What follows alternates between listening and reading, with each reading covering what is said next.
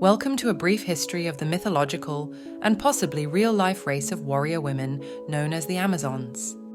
The Amazons are a group of warrior women from Greek mythology known for their fierceness in battle and their society where men were excluded from most activities and decision-making processes.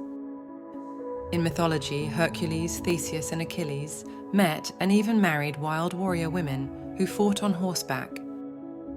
They were said to have come from Scythia, north and west of the Black Sea. Homer and Herodotus mention these women, called Amazons, and tell of their encounter with the Greeks. In pop culture, the Amazons were represented time and time again in movies, comics, and TV, with the most famous being Wonder Woman.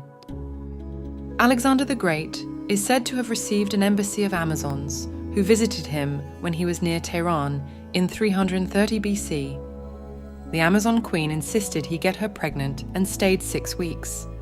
Satisfied the deed was done, the women rode off. Most scholars regarded these stories as myths until archaeological excavations in the 1990s revealed 150 graves of women with legs bowed from riding, buried with armor.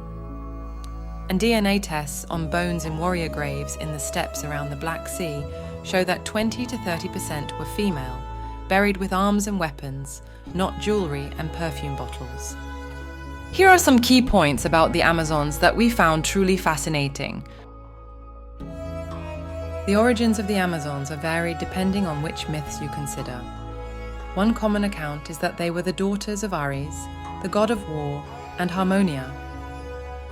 They were believed to live around the area of the Black Sea, particularly in Themyscira, which is in modern-day northern Turkey. Amazonian society was matriarchal. Men were primarily used for reproduction and performing labor.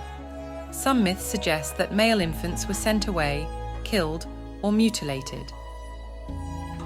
They are often depicted in Greek art wearing typical Greek armor, but with one breast exposed.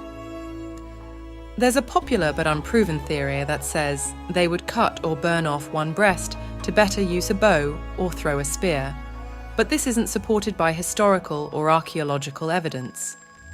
Mina, one of Hercules' 12 labors, was to obtain the girdle of the Amazon queen Hippolyta. However, due to misunderstandings, often attributed to the meddling of the gods, Hercules ended up battling the Amazons and took the girdle after defeating them. The Athenian hero Theseus is said to have kidnapped Hippolyta, leading to a retaliatory attack by the Amazons on Athens. This attack and subsequent battle is a popular theme in classical art and is known as the Amazonomachi. During the Trojan War, the Amazons, led by their queen Penthesilea, came to aid the Trojans. She was eventually killed by Achilles, who supposedly fell in love with her as she died. There's no one definitive end to the Amazons in Greek myths. They fade from the stories over time, but their legacy as fierce warriors endures. There's a debate among historians and archaeologists about whether the Amazons were entirely mythical or based on real societies. Some suggest that the tales of the Amazons could have been influenced by accounts of the Scythians or Sarmatians, nomadic tribes where women were known to fight alongside men. The Amazons are fascinating not only for their martial prowess, but also as an inversion of the Greek societal norms. Their portrayal offers a lens into ancient Greek thoughts and fears about gender roles and the concept of a society dominated by women.